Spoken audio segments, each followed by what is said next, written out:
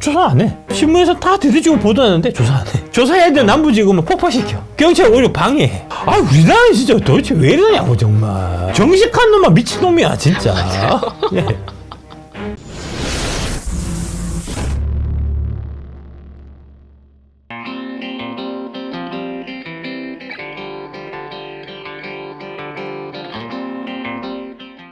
그들만의 이권 카르텔 국회의원 돈만 물어준 라임펀드에서 금감원에서 24일 라임 옵티머스 디스커버리 자산운용 등 3개 운용사에 대한 추가 검사를 실시한 결과 특정 펀드 수익자를 위한 펀드 돌려막기, 자금 횡령, 임직원 사익 추구 등의 행위를 적발했다고 밝혔다는 겁니다. 현재 금감원은 새로 적발한 내용들을 지난 5월부터 수차례에 걸쳐서 검찰에 통보한 상태고, 앞서 금감원은 지난 1월 주요 투자사, 피해 운용사, 검사 태스크포스를 설치해서 이번 검사를 진행해왔고, 그간 언론 등에서 제기한 각종 새로운 의혹을 규명하고 투자자 피해 회복을 지원하기 위한 조치고, 이 과정에서 이복현 원장의 의지가 강하게 반영됐다는 겁니다. 사실은 덮어주고 싶었던 거예요.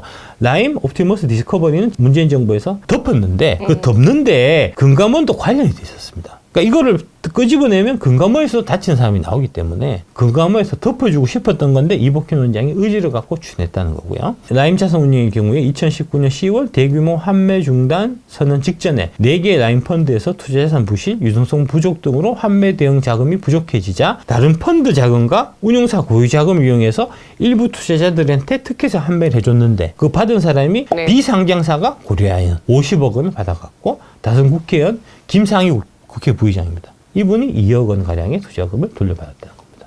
아니 이게 특혜지, 이게 특혜 아니면 뭡니까? 다른 개인 투자는 못 받았는데 못 받아서 그 앞에서 금감 앞에서 울며불며 데모하고 막 그래갖고 나중에 70%인가 80%인가 돌려받았어요. 라임 펀드는 CBBW 사무사채 등을 투자한 5개 회사에서 약 2천억 원의 횡령을 한 혐의도 적발됐다. 뭐 이렇게 기사가 나오는데 횡령이요? 예. 이 발표가 났을 때 그날 3프로TV 권순우가 무슨 얘기를 했냐? 언제 적고서 다시 꺼내서 또 하냐? 라고 얘기했다는 겁니다. 아, 왜 그렇겠습니까? 권순우가 민주당 새끼라서 그래. 민주당 새끼라서 이거 건드리면 민주당 쪽에 연루되니까 덮으려고 그런 식으로 얘기했다고요. 라임 수사 매끄는 경찰이라고 나옵니다. 서울 서초경찰서 수사팀장이 뇌물을 수사한 혐의로 검찰에 체포됐는데 현직 수사팀장인 권모 씨는 그가 속해 있는 팀의 옆팀 사건 수사를 잘 봐달라는 부탁을 받고 EM네트워크스라는 회사 사장인 홍모 씨로부터 3,200만 원 가량을 수사한 혐의를 받고 검찰에 체포됐다가 지금 구속돼 있습니다. 아, 받으셨네. 예, 예. 참. 이렇듯 경찰이 네. 라임 펀드 비리를 밝혀내기 위해 EM네트워크 수사에 박차를 가하는 상황에서 드러난 경찰의 뇌물수수 혐의는 그야말로 수사의 맥을 딱 끊었다는 겁니다. EM네트워크에서 돈을 받은 경찰이 옆팀의 횡령 사건에 영향력을 행사했는지는 알 수 없다. 그러나 의혹만으로도 당시 경찰 수사가 제대로 이루어진 게 맞는지 의구심이 드는 것은 사실이다. 경찰의 뇌물수수 정황은 몇 년째 라임 사태만 바라보고 있는 수많은 피해자들에게 또다시 허망함을 안겼다는 겁니다. 라임 수사를 초기에 경찰이 했는데 왜 경찰이 했냐? 남부지검을 폭파시켜서 그렇다고요. 라임 펀드 관련해서 수사하는 그 중간중간에 계속해서 수사의 맥을 끊는, 뇌물 처먹고 이런 식으로 그렇게 진행됐다는 겁니다. 과거에도 경찰은 라임 사태 수사의 맥을 끊었다. 지난 2022년 경찰은 라임 사태 주범 중에서 가장 많은 금액을 횡령한 김영홍 메트로폴리탄 회장의 친척 김모 씨가 한국에 입국하자 김영홍이 검거될 때까지 수사를 중지한다며 그를 놔줬다는 겁니다. 왜 놔줍니까 도대체? 출국 금지를 안 시켰다고요. 김 씨, 이 친척 김모 씨는 수년간 김영홍의 도비 생활을 도운 혐의를 받았지만 출국 금지 처분조차 내리지 않았다는 겁니다. 그 덕에 김 씨는 다시 김영홍의 곁으로 돌아가서 김영홍이 라임 투자금 수백억을 횡령한 필리핀 리조트에서 직접 카지노를 관리하고 리조트 소유 법인 지분까지 따누며 수정 역할을 하는 것으로 알려졌다. 우리나라가 이런 나라라는 겁니다. 아, 미친 것들이라니까. 그거 듣고 똑같이 그렇게 런던에서 하는데 니들도 똑같은 미친 새끼들이야 진짜. 이런 걸 보고 빡쳐야 된다고.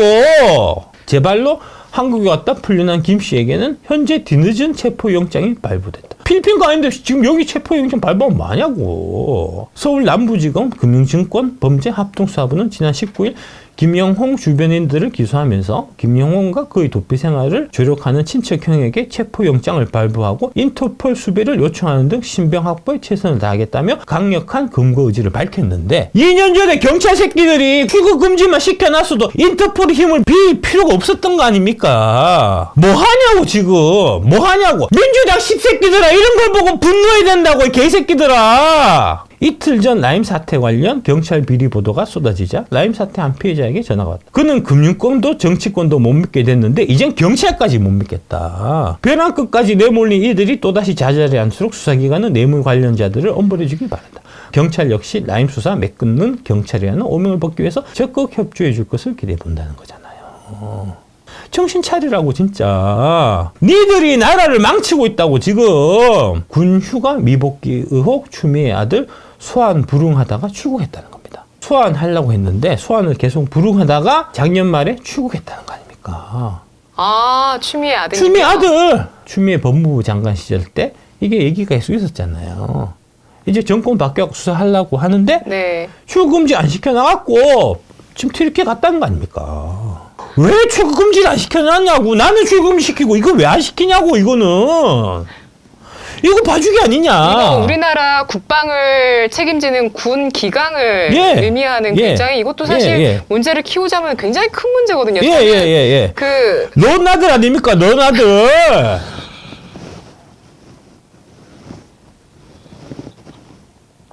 저기 박원순.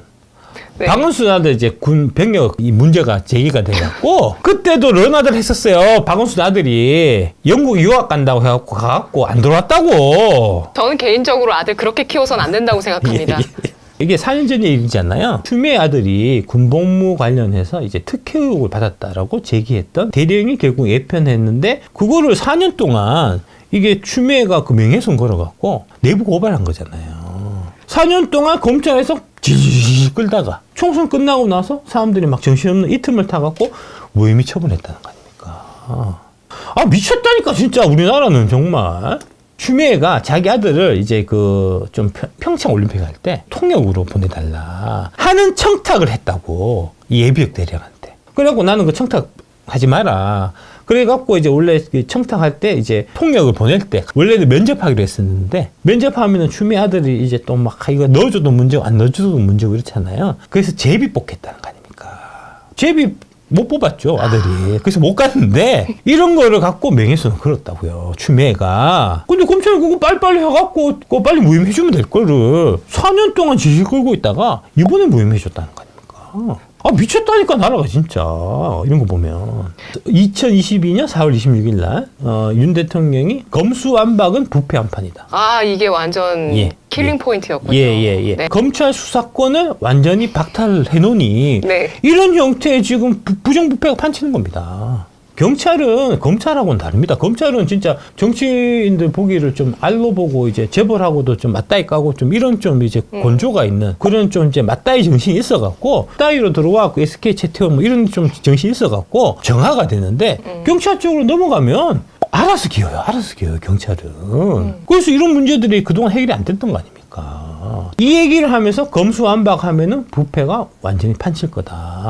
이때 검찰총장을 두고 대선에 나가거든요. 그전에 계속 검찰총장을 박해받고 있었다고요. 왜 조국 후보는 콕 집어갖고 사모펀드 PF에 투자했을까? 왜 그러면 조국 후보는 그러면 주식하면 되는데 주식 안 하고 왜 사모펀드에 투자했을까 하면서 얘기를 한 게 3억 원 의무 출자 조항 대상이 애매하고 상속 증여 회피용 의혹도 있고 본질은 공직자 윤리인데 펀드에 투자하는 거는 예금란에 기재하도록 돼 있거든요. 사모펀드도 예금란에 기재하도록 돼 있다. 그래서 이제 자산운용사, 투자 유형, 펀드명을 다 기재하도록 돼 있다. 1급 이상만 공개하도록 하는데 관보에 게재할 때는 그런 자세한 내용은 기재하지 않고 그냥 묶어서 다 예금 총액으로만 기재를 한다. 만약에 조국 후보가 주식 투자를 하면 그 주식은 세부 내역이 다 일반인한테 공개가 되거든요. 그렇죠. 뭐 사고 뭐 팔았고 뭐 지금 뭐 갖고 있는지 이런 걸 알 수 있으니까. 사모펀드는 그냥 예금 등 해서 예금 등 30억 이렇게 된단 말입니다. 국회의원 재산 신고할 때. 그리고 뭐 상속세 같은 것들도 절세를 할 수 있고 하다 보니까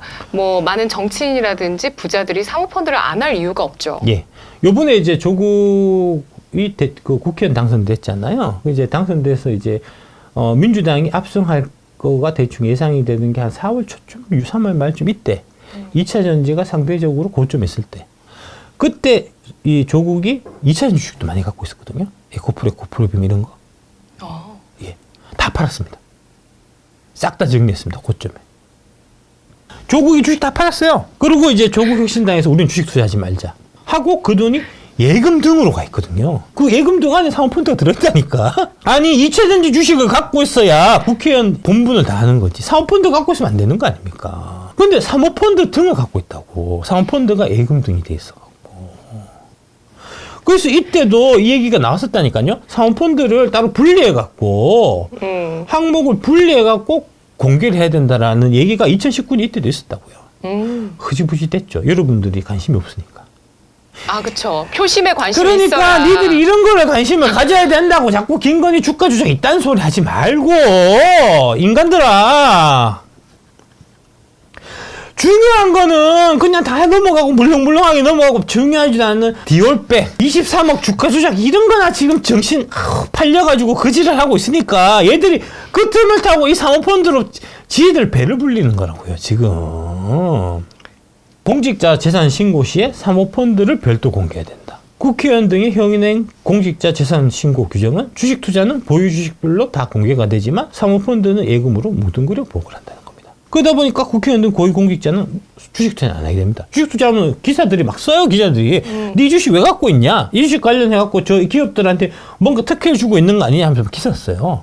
그 짜증나서 있는 주식 다 판다고 그래서. 그러다 보니까 국회의원 등 고위공직자는 문제 소지가 있는 주식 투자는 안 하게 되고 그들만의 리그인 사모펀드에 적극 가입하게 된다는 겁니다. 사실 국가 경제적인 관점에서 봤을 때 우리 일반 국민들하고 동일한 입장에서 경쟁하는 국회의원들의 직접 주식 투자는 권장해 맞고 사모펀드는 소수특권처럼 하는 거잖아요. 그럼 그들만의 리그에 해당되는 사모펀드 투자는 사실 잘못됐다라고 얘기해야 맞는데 아까 뭐랬죠? 조국이 주식 팔았고 사모펀드 들어갔을 거라고. 그런데 현행 재산 공개 규정이 사모펀드 가입을 권장하는 형태로 되어 있다 보니 국회의원들과 그들의 친인척 후원자들을 위해서 사모펀드에만 유리한 금투세를 밀어붙이라는 것이다 라고 나는 생각한다는 거죠. 근데 이제 이게 분류과세가 돼서 21%밖에 세금 안 내면 누가 좋습니까? 국회의원도 좋죠. 국회의원도 친인척이 좋죠. 국회의원도 후원자 좋은 거잖아요. 그래서 이런 것들이 계속해서 반복되지 않게 하려면 먼저 국회의원들이 사모펀드에 가입한 금액과 내역을 별도 보고토록 하고 어떤 사모펀드에 들었는지 다 보고하도록 하고 가입 시에 이들이 특별한 혜택을 받지 않았는지 그 대가로 사모펀드 운용사에 특별한 혜택을 제공하지 않았는지 직무 관련성은 없는지 등을 명명백백하게 밝히는 작업이 필요하다는 그런 얘기죠. 원래 이제 가상재산을 국회의원들이 신고를 안 하도록 돼 있었어요. 원래는. 근데 김남국 사태 때문에 가상자산 재산 신고를 의무화해야 된다는 여론이 일어났고 그 결과로 공직자 재산 등록 시 가상자산은 지금 등록하기 법이 바뀌었습니다. 올해부터는 가상자산을 다 등록을 하거든요. 등록해서 보니까 김남국이 그때 가상자산 막 할 때 빨리 다 팔고 정리하고 예금만 하겠습니다라고 얘기했는데 지금 와서 보니까 오히려 가상자산이 더 많이 늘어났더라. 돈을 왕창 벌었더라. 그런 거잖아요. 진짜 우리나라는 진짜 기자회견 해갖고 재산 문제가 되면은 사회 하나 하겠습니다. 정리하겠습니다. 얘기 말만 해놓고 안 지키는 게 국룰이야, 국룰. 김남국이 더 정리 안 했다니까. 오히려 더 늘어났다니까. 가상자산에서 떼돈 벌었다니까, 작년에. 우리나라는 진짜 도대체 왜 이러냐고, 정말. 정식한 놈만 미친놈이야, 진짜. 예. 제가 딴 거보다도 이 라임 옵티머스 때문에 윤 대통령이 찍을 수밖에 없었습니다. 근데 이게 라임 옵티머스 때문에 이게 민주당을 도저히 찍을 수가 없었습니다. 이 다 덮으니까 자꾸 민주당에서. 피해 규모가 1조 7천억이에요. 피해자가 4,000명이란 말입니다. 주요 판매사가 신한은행, 수탁회사가 하나은행, 기업은행이 있는데 이 관련된 의혹 인물이 기동민, 더불어민주당 의원, 이게 이제 금품 받았다는 거고요. 강기정 전 청와대 정무수석, 김봉현으로부터 금품수 의혹이 있고 이모 더불어민주당 의원, 김봉현으로부터 접대 의혹이 받았고 김모 전 열린우리당 부대변인, 김봉현의 기동민은 소개했고 김영춘 국회 사무총장, 김봉현으로부터 정치자금 수수 의혹. 이 김봉현 관련된 것만 나온 거고 S모 관련된 거는 이때 당시 조사된 게 없어요. 이걸 덮었다고요. 지난 정부에서. 그 다음에 이제 옵티머스 자산운용 보면은 여기는 피해 규모가 5,151억, 피해자가 1,000여 명. 주요 판매사는 NH투자증권, 한국투자증권인데 주 창구가 NH입니다. 여기에 관련된 사람이 이현재 전 경제부총리, 양호 전 나라은행장, 최동욱 전 검찰총장, 김진우 전 군인공지회 이사장, 전영재 전 옵티머스 대치투자 대표, 기땡땡 M사 대표, 신땡땡 연예기획사 대표고 윤땡땡 금융감독원 국장 여기 연루가 돼 있고요. 청와대 비서관 여기 연루돼 있었고요. 이땡땡 스킨 회장 이런 분들이 다 관련돼 있다. 근데 조사 안 해. 신문에서 다 대대주고 보도하는데 조사 안 해. 조사해야 돼. 남부지검은 폭파시켜. 경찰 오히려 방해해. 이런데 와 이건 진짜 니 진짜 해도 너무하다. 이거 진짜 윤석열이 대통령이 돼갖고 이거 좀 반드시 조사해갖고 이거 억울하게 돈 날리는 사람들 억울함 좀 풀어줬으면 좋겠다는 생각을 내가 그때 했었고요. 그래서 안 찍어줄 수가 없었습니다 실제로.